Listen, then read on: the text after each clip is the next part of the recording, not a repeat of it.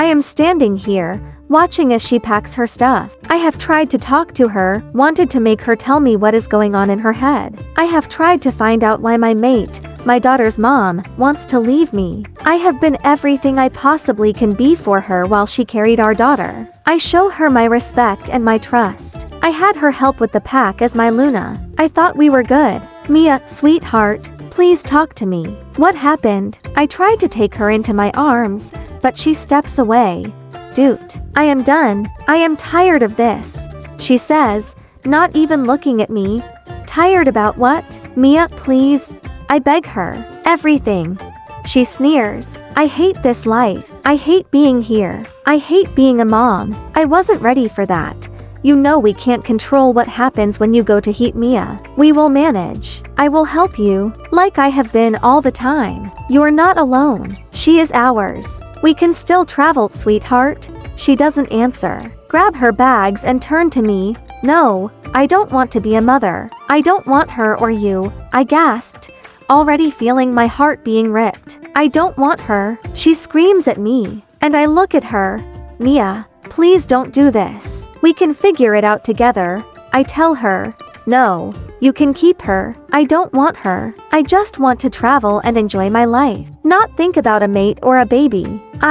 Mia Andrews, reject you, Alpha Logan, and my daughter Rosalie. I denounce my role as Luna for the pack. My heart is being ripped apart. Feeling her rejection, also she denounces the pack. Goodbye, Logan. She left. She left and didn't think twice about it. She left, ripping half of my heart. Titan was whining in my head, wanting his mate. I was on the floor, fighting not to fall apart. A loud cry rips through me, and I realize it is coming from the nursery. I get up and walk into the nursery, and there in her cradle, my little, sweet, beautiful baby girl is crying. I know, without a doubt, that she must have felt the family bond break when Mia rejected her as her daughter. I lift her. I know what I need to do, not only for my sake but for my daughter, who I now have to raise on my own. I can still feel the bit that is left of our bond after she rejected me, and I need to erase that if I am going to find out how to deal and move on. So I feel for the rest of our bond and find the mind link. I, Nathan King, accept the rejection and denounce of my mate and Luna, and as the mother of my daughter, with this, ban her from the pack. I feel the last piece of my bond with Mia disappear. I will devote myself to my little girl, raise her to be a strong and kind person. I will fight to be everything she can need in her life. I will do anything to keep her safe and happy. My pack must have felt what happened, but I cannot deal with that today. Today it's about me and my little Rose. I am Logan King. I am 19 and have been the alpha of my pack. The strongest pack there is in North America since I was 17. Not only are we the strongest pack, but I am also the youngest alpha and the strongest one seen in several decades. When I turned 16 and didn't get my wolf, my parents were worried. But the day I turned 17, Titan came to me, and I finally met my wolf. Everyone had been shocked by his size and the incredible strength and power that came from Titan. A few months after I had gotten Titan, our pack was attacked by Ruse, and even though we won, I lost my parents. Despite only being 17, I was chosen to be the alpha, and from that day, I have done everything to keep my pack safe. Harder, Olivia. I know you can be better than this. My brother Matt with the demanding tone of a teacher. Trying to satisfy him, I kick the bag harder and faster and do a series of mixed up kicks and hits. Looking behind me, I see him nod approvingly. Much better. Come sit down. And I walk over and sit down next to my classmates. It's Friday, and every Friday, he tests us. Sometimes like this where we show strength on the boxing bag. Other times we fight him or each other. My brother is an awesome teacher, but he is also trained by our dad.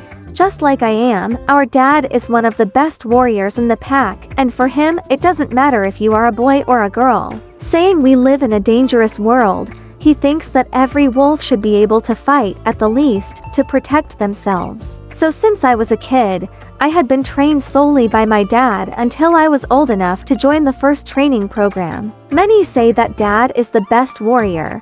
But when the old head warrior passed away, Alpha chose a close friend of his instead. Dad had said nothing and just went on with his life as usual, taking care of Matt and me after our mom died from wolfsbane. How she was poisoned no one knew. Being Friday, our Alpha Colton, came by to see how training goes. I had started to become very uncomfortable whenever Alpha was around. Because of everything, I would find him following me around with his eyes. And when I caught him doing it, he would wink at me. Some pack members say that Alpha has started going insane after his mate and Luna was taken down during a rouge attack. They say he has become unpredictable and has ordered many female wolves to his room, where some of them didn't leave from there alive. Everyone thinks he should retire and let his son Carter take over, but he refuses and says his son isn't ready.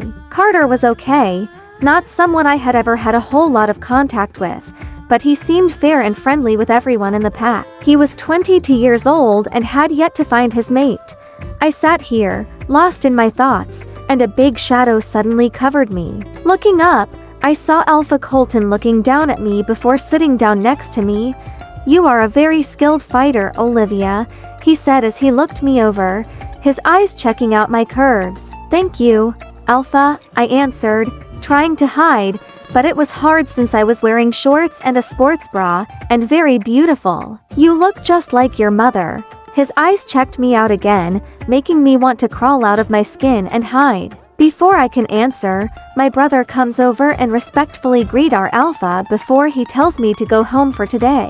I jump up, grateful for being told to leave, and hurry out after saying my goodbyes. Entering our little house, I go straight to my room. Finding your mate is a huge deal. Your mate is your soulmate, the last piece of yourself. We can sense our wolves when we turn 16. But our wolves are not able to shift or recognize their mate before we turn 18.